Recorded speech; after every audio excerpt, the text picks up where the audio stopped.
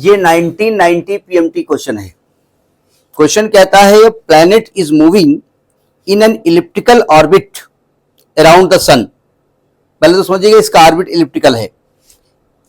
TUENL stands for the kinetic energy, gravitational potential energy, total energy and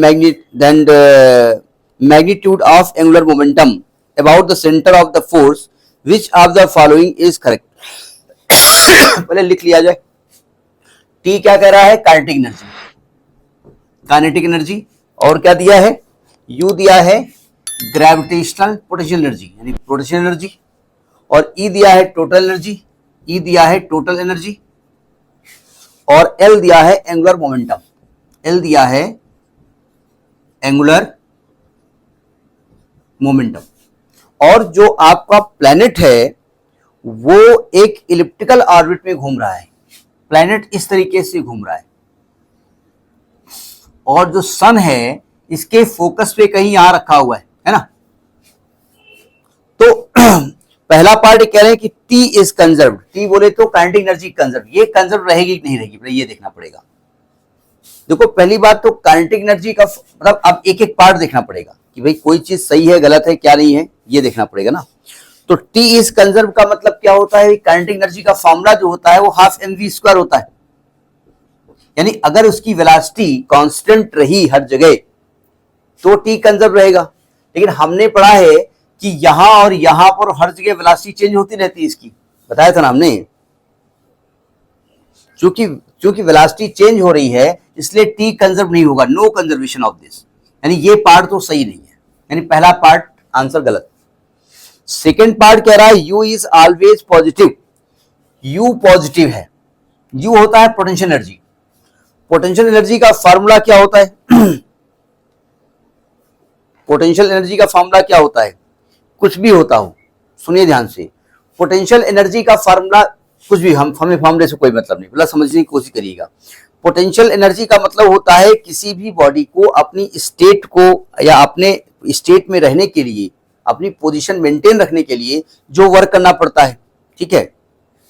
अब मान लीजिए आप खड़े हुए हैं और आपको धक्का मारा जा रहा है, भागो यहां से, हटाओ हटाओ दूर हटाओ, और आप नहीं हट रहे हैं, ठीक है। इतना धक्का मारा जा रहा है तो आप नहीं हट रहे, नहीं आप कुछ वर्क कर रहे हैं तो आपके ऊपर पोटेंशियल एनर्जी है, ठीक है। आप खड़े हैं और आपको घसीटा जा रहा है, नजदीक आइए, इधर आइए, और आप नहीं आ रहे हैं, तब भी आपको वर्क करना पड़ रहा है। तो दोनों ही केसेस में आपको अपनी स्टेट को मेंटेन रखने के लिए वर्क करना पड़ रहा है। तो दोनों ही केस पोटेंशियल एनर्जी है।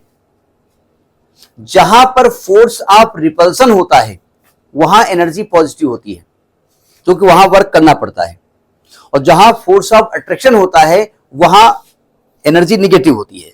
तो अब बताइए जब ग्रेविटेशनल फील्ड में जब ये प्लैनेट सन के चारों ओर घूमेगा तो ये बताइए इस पर प्लैनेट के ऊपर जो फोर्स लगेगा वो अट्रैक्शन लगेगा, रिपल्सन लगेगा? रिपल्सन लगेगा। तो रिपल्सन लगेगा तो इसकी एनर्जी हमेशा निगेटिव होगी। सर क्या बोल रहा हूं? अट्रैक्शन लगेगा, भाई अट्रैक्शन होता है ना हमेशा, यानी उसकी एनर्जी हमेशा निगेटिव होगी। और पोटेंशियल एनर्जी का फॉर्मूला निगेटिव होता है। वैसे भी आपने पढ़ा है कि -G m1 m2 अपान r, ये ग्रेविटेशनल पोटेंशियल एनर्जी होता है, ठीक है। m1 हो जाएगा मास ऑफ दैट सन और m2 हो जाएगा मास ऑफ प्लैनेट। तो यानी कि पोटेंशियल एनर्जी निगेटिव नहीं हो सकती, पॉजिटिव नहीं हो सकती, यानी सेकेंड पार्ट गलत है, ठीक है।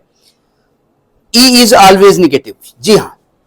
काइनेटिक एनर्जी का जो फॉर्मूला हमने पढ़ा है, E क्या है? Sorry, total energy. Total energy जो हमने पढ़ी है वो -G MEM अपान RE पढ़ी है, ये तो हमने उसके लिए पढ़ा हुआ है, या -G mass of sun into mass of planet upon R, ये पढ़ा है ना आपने। तो total energy is always negative, ये हमने फॉर्मूला भी पढ़ा है और ये भी जानते हैं क्योंकि वो हमेशा उसके ऊपर अट्रैक्शन काम करेगा इसलिए हमेशा उसकी एनर्जी निगेटिव रहेगी, ठीक है। तो सी पार्ट इज सही, ठीक है। तो समझ में आ गया नहीं आ गया?